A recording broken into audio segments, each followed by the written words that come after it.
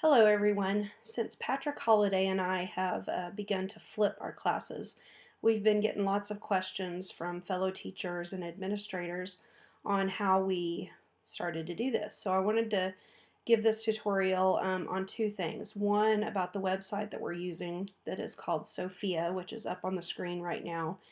And then the second thing that we're using is Google Docs so that our students can answer some questions about the video after they've watched it, and so we have immediate feedback on what they didn't understand, what they need help on, and then also just their comments on the flipped classroom in general. So I'm going to start with Sophia. This is the website that we're using to house all of our information. It's sophia.org, and when you first log on to Sophia, you're going to have to create an account. So I'm not going to show that to you right now. I think you'll be able to walk through the steps there. When you create an account, the next thing that you're going to want to do is create a group, and that's for your students. Now, you can either create a group based on the class periods, or we chose to just create a group of all of our students total so that we're just having to post to one group. That's totally your call on that, and again, this might not even be something that you want to use. You might find another website that works better for you, but this is what worked for us. Okay, so once you log into Sophia and you've created your group, this is just kind of your summary page. Okay, so you can add a picture if you want. There's lots of different things that you can do to this, but I just want to show you our group right now. Okay, so I'm a member of my group and then of course Patrick's group so that we can collaborate together.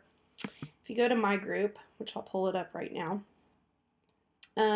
this is where I house all of my information. So you can see all of the tutorials right here that I've done in my group.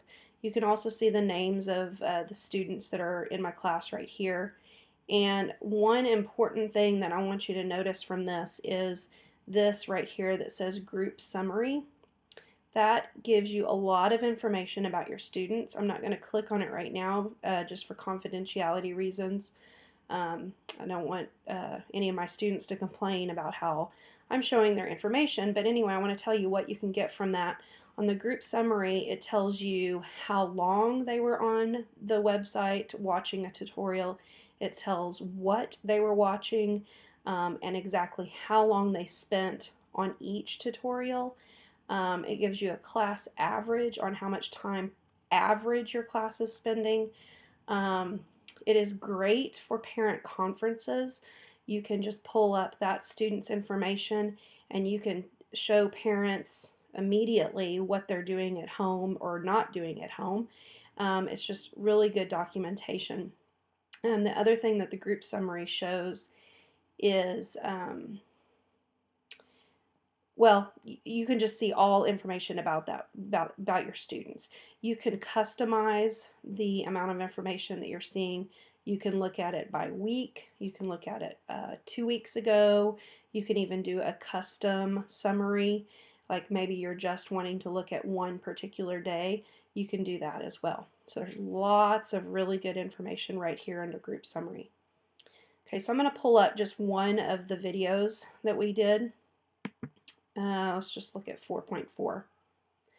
Alright, so when you create your tutorial, there's lots of different pieces of information that you could add to it. All depends on what you want.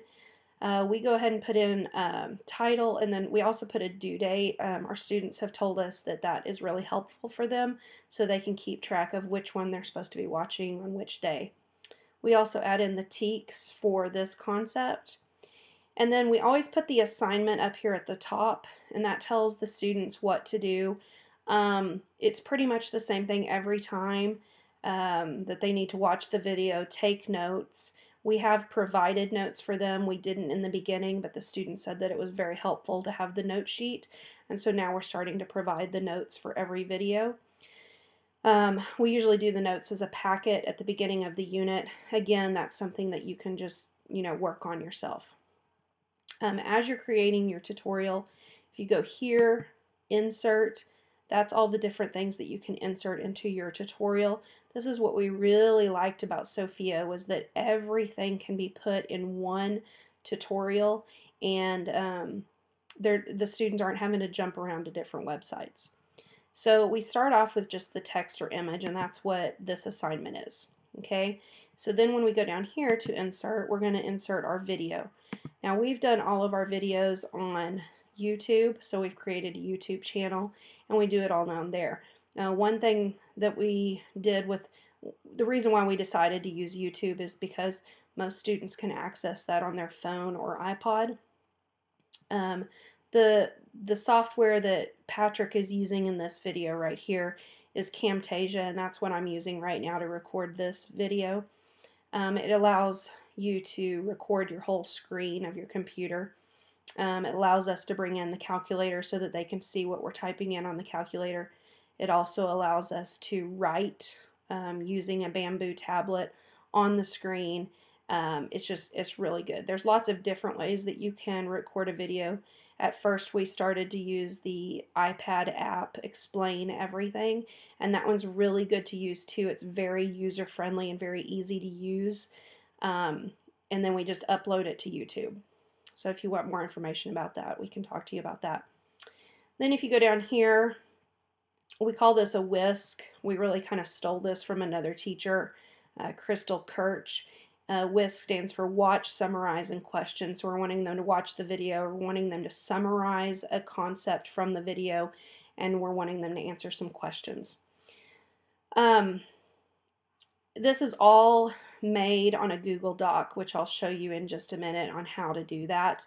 But we embed it into the website so that as the students are working on the tutorial, they're going to answer some questions, and this is going to come to us in an Excel spreadsheet. So they just type in their information here. We always have them answer a couple of summary questions about the video. Some of them are multiple choice, some of them are paragraph. I love this because it's getting students to write about math, and plus I can tell exactly where they're missing the boat, or maybe they've just totally got it, and that's great. So we always end up the Google Doc with these two questions right here. What did you understand the most? What are you still confused about? This is what I will look at before class even starts, because I want to know exactly what my students are confused about so that I can start there and clear up any confusions, and then we can go ahead and get to work. We've started to add this comment section. That's great because then students can give us little comments about either the class or this particular lesson. When they're done filling out that, they just hit submit and it comes straight to us. Okay, so I want you to see what we're seeing when we pull up the Google Doc. So here's an example. I've scooted it over so you don't see the student's name. So again, I'm keeping it confidential. I can scroll through this really fast and easy and see exactly whether or not they've got the answer right. You can see here that this was the answer. Go to y equals and type in the equation. So I can really quick and fast see, okay, so yep, it's looking like they're on the right track. Okay, this student right here maybe needs, I need to talk to them about that, why they answered it this way. I like these little comments. Really, to be honest, we've been getting lots of positive comments from the students. Very few students are not wanting to do this, and usually the ones that are not wanting to do this really didn't like the traditional classroom either. So, but you can see that the comments, we've been getting lots of positive comments. Part that they're still confused about, some everything, nothing. I think maybe they got that mixed up, but exactly what to find, so we can see exactly what they're confused about. Okay, so that's just an example of the Google Doc. Now, if you're not familiar with Google Doc, I would highly recommend just playing around with it. If you go here to File and you want to create a new one, you can do a document, presentation, spreadsheet, form. Form is what we're using to kind of like a survey. That's where we're getting our questions from. So if you go here to form, you'll see it'll pull it up and you can just fill in the information that you need. When you go to enter in a question, these are the choices you have. You can do a text question where they fill in the answer, paragraph text where they're going to write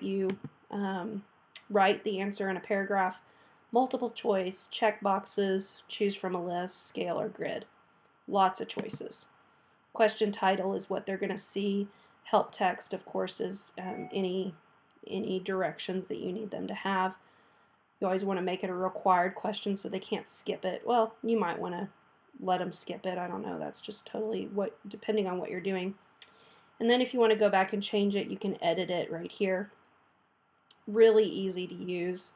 But again, I would just start playing around with it and get it to be what you want it to be. Okay, so that's just a really quick demonstration on what we're doing.